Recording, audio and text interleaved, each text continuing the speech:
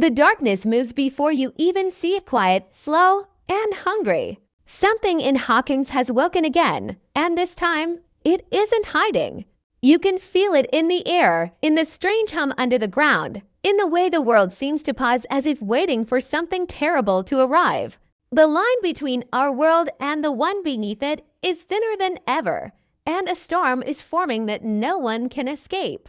If there was ever a moment to pay attention, it's now. The night hangs heavier than usual over Hawkins, as if the sky itself is holding its breath.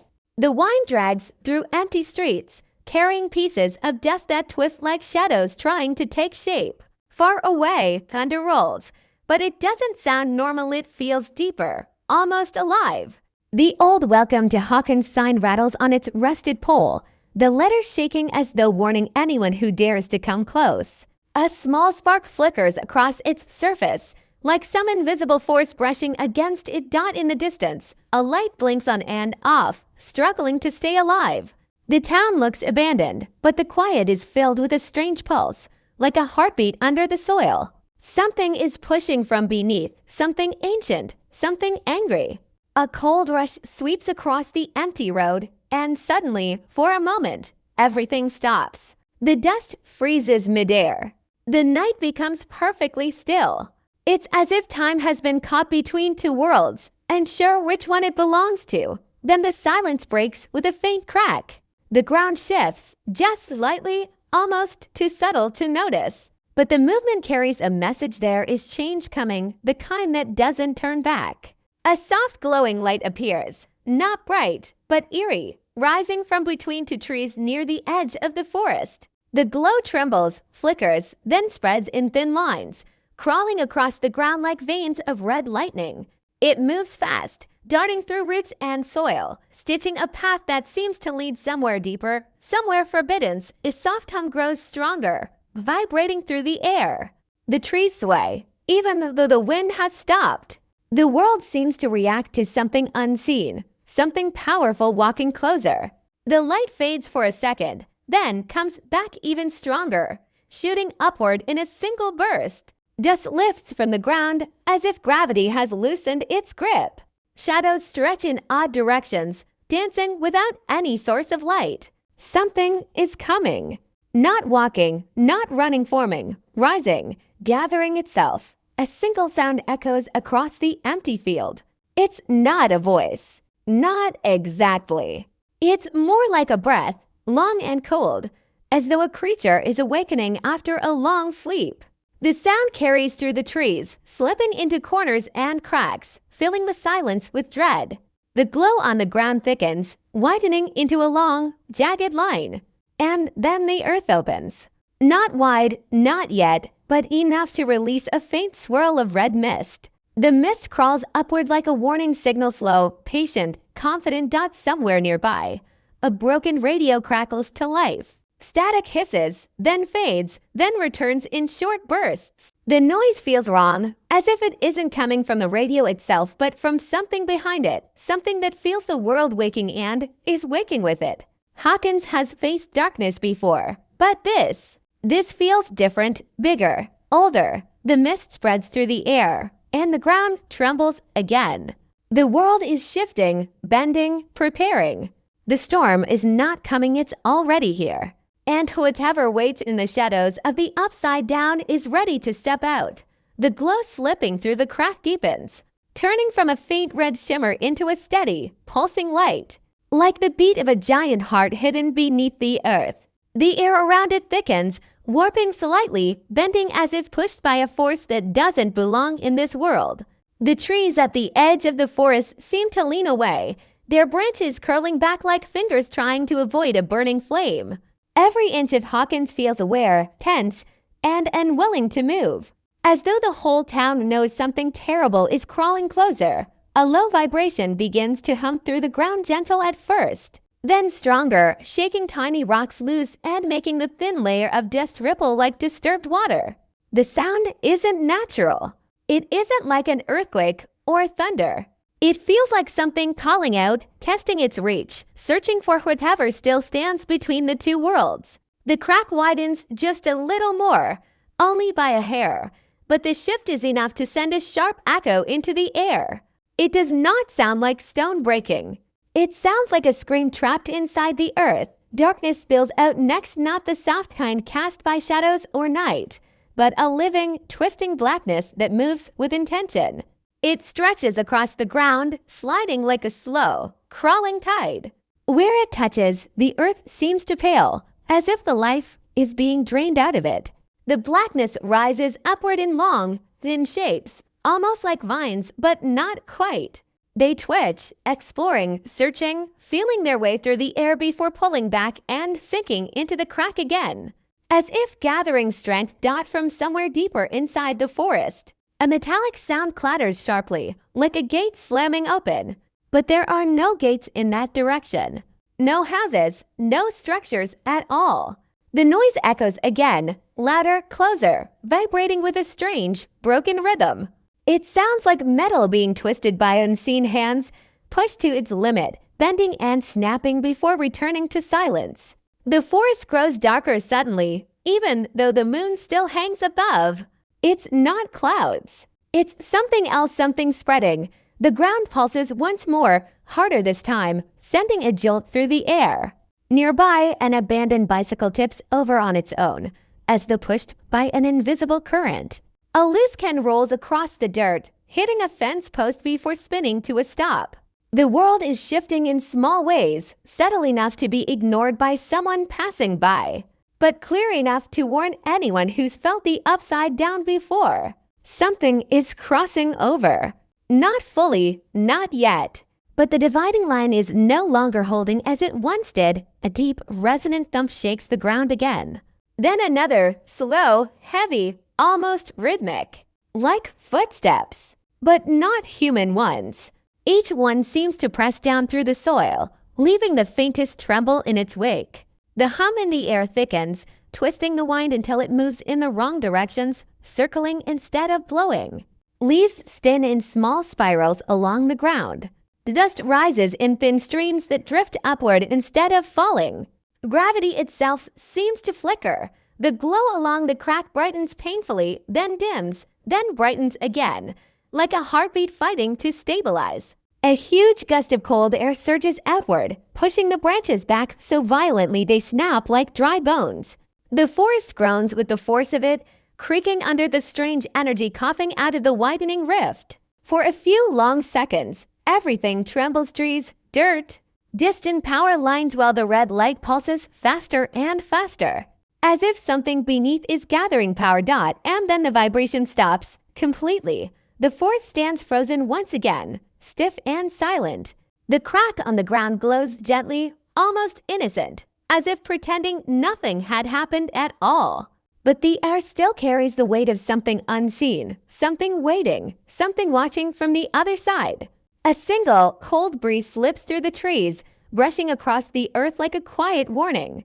The light fades to a dull, steady glow. The mist settles. But Hawkins knows better. This quiet isn't peace. This quiet is the breath taken right before the scream. The quiet hangs over the forest like a heavy curtain, but beneath it, something invisible stirs. The air feels colder now, not the natural cold of night, but a sharp chill that sinks into the bones, the kind that makes the world feel hollow and empty.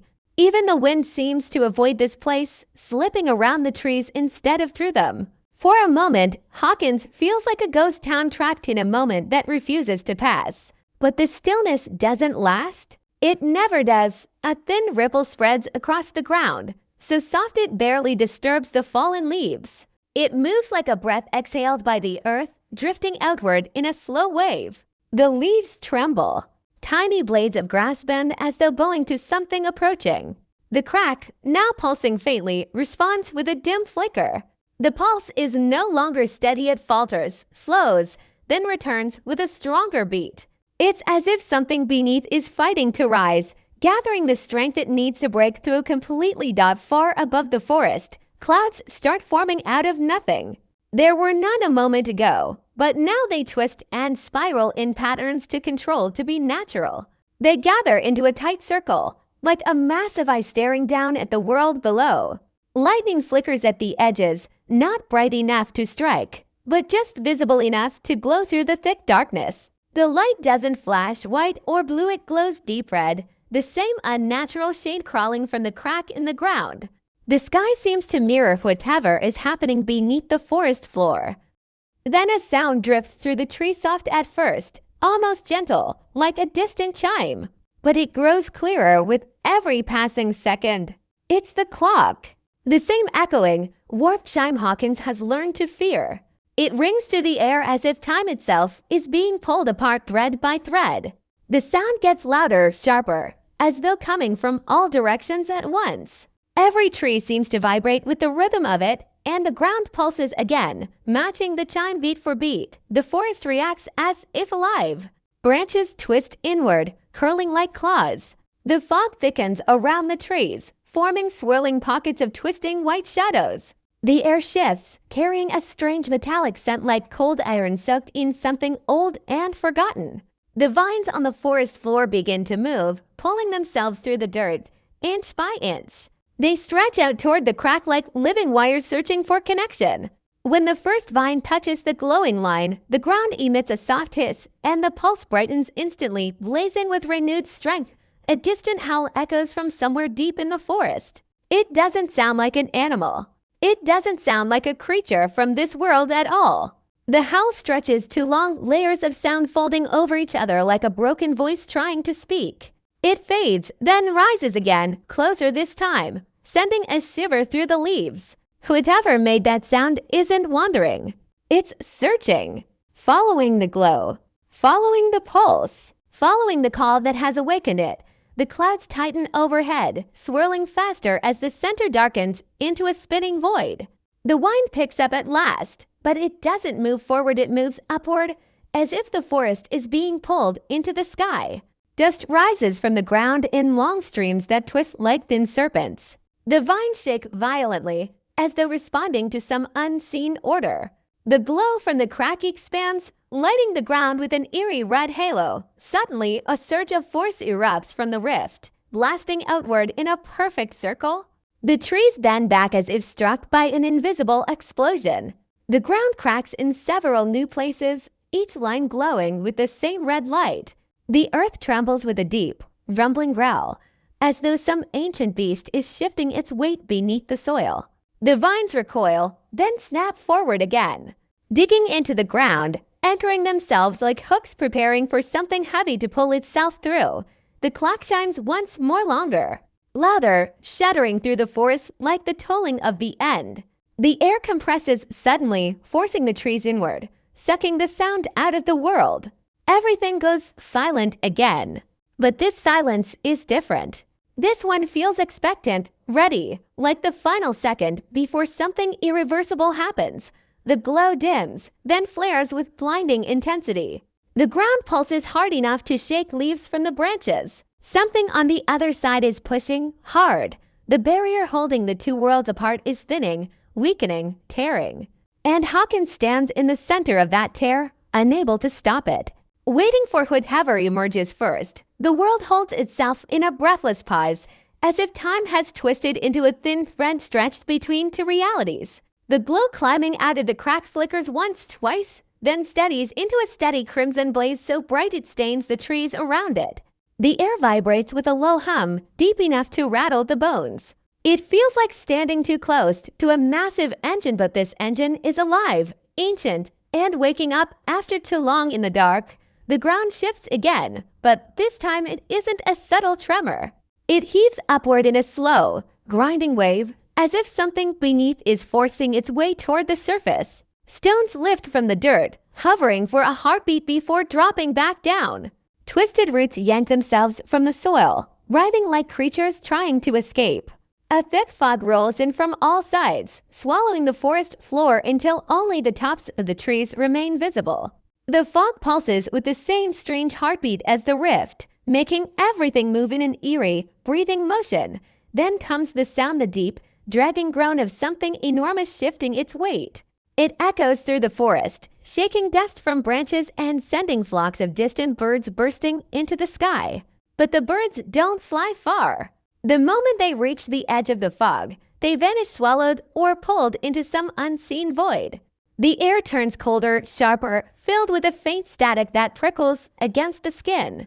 It feels like the upside down is pushing into the real world inch by inch, leaving nothing untouched. A sudden spark explodes from the crack, shooting upward like a burst of red lightning.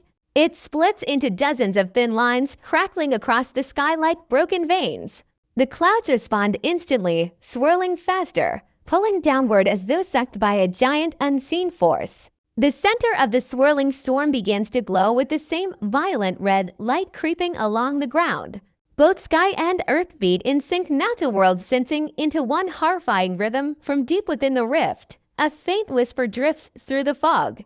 It doesn't sound like a voice at first, more like a sigh, a breath, a memory.